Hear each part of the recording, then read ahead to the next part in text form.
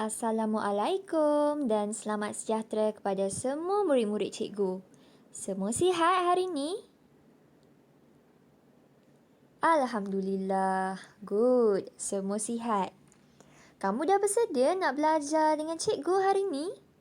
Kalau kamu dah bersedia, cikgu nak kamu kelip mata 3 kali. 1 kali, 2 kali, 3 kali. Bagus. Okey, mari kita sambung belajar. Hari ini kita akan belajar tunjang sains awal.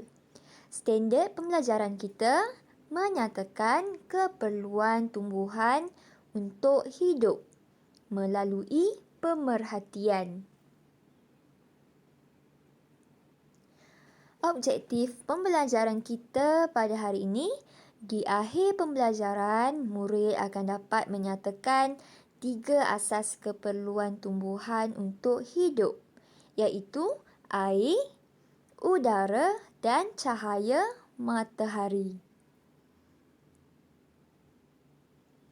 Wah, cuba kamu tengok. Gambar apa yang kamu nampak? Gambar apa ni? Ada daun, ada buah, ada dahan.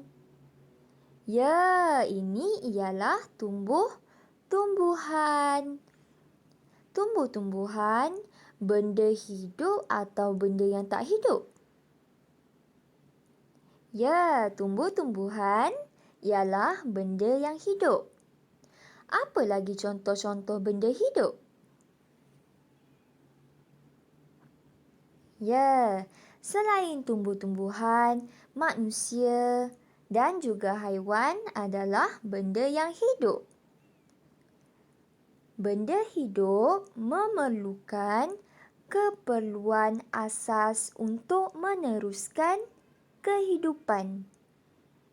Jadi, hari ini kita nak belajar keperluan asas tumbuh-tumbuhan. Kita nak belajar apa yang pokok perlukan untuk teruskan hidup. Macam kita manusia, apa yang kita perlukan untuk hidup? Kita perlu makan, kita perlu minum untuk terus hidup. Sama macam pokok. Pokok memerlukan keperluan asas juga untuk meneruskan kehidupan. Jadi hari ini kita akan belajar apa yang pokok perlukan untuk terus hidup. Ya, cuba kamu tengok gambar apa yang kamu nampak. Nombor 1. Gambar air. Gambar penyiram air. Pokok memerlukan air. Sama macam manusia. Kita kalau dahaga, kita perlukan air tak? Ya, sama macam pokok. Pokok perlukan air untuk terus hidup. Nombor 2. Udara. Pokok juga perlukan udara untuk hidup. Sama juga macam manusia. Kita perlukan udara untuk bernafas. Pokok juga perlukan udara untuk terus hidup. Dan yang ketiga, pokok memerlukan cahaya matahari. Cahaya matahari. Jadi, pokok perlukan 3 perkara asas untuk teruskan kehidupan. Pertama, pokok perlukan air. Kedua, udara. Ketiga, cahaya matahari. Sekarang, cikgu nak tanya kamu. Apa yang akan jadi dekat pokok kalau pokok tidak mendapat air, tidak mendapat udara dan juga tak dapat cahaya matahari? Cuba murid-murid fikir. Apa yang akan jadi dekat pokok ni? Ya, pokok akan menjadi layu dan kemudian akan mati. Cuba kamu tengok gambar ni. Pokok semakin layu. akan bertukar warna menjadi coklat dan akhirnya akan mati.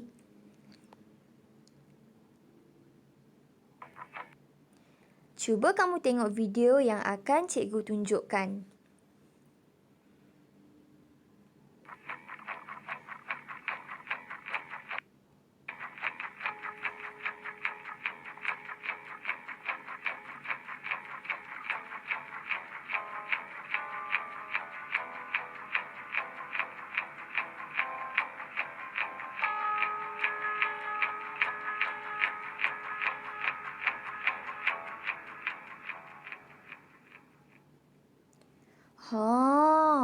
Kamu nampak tak?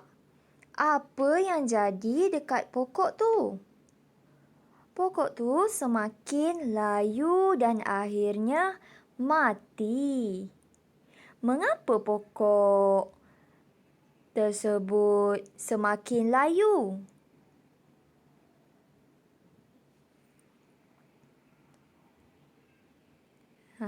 Pokok tersebut semakin layu dan akhirnya mati sebab tidak mendapat 3 keperluan asas tumbuh-tumbuhan, iaitu air, udara dan cahaya matahari.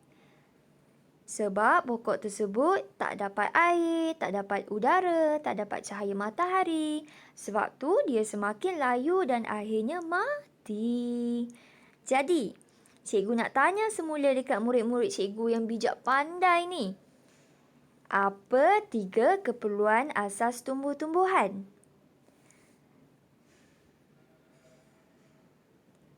Ya, sebut ikut cikgu.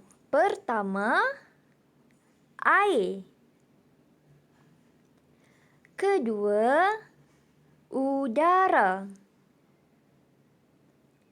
Dan yang ketiga, cahaya matahari.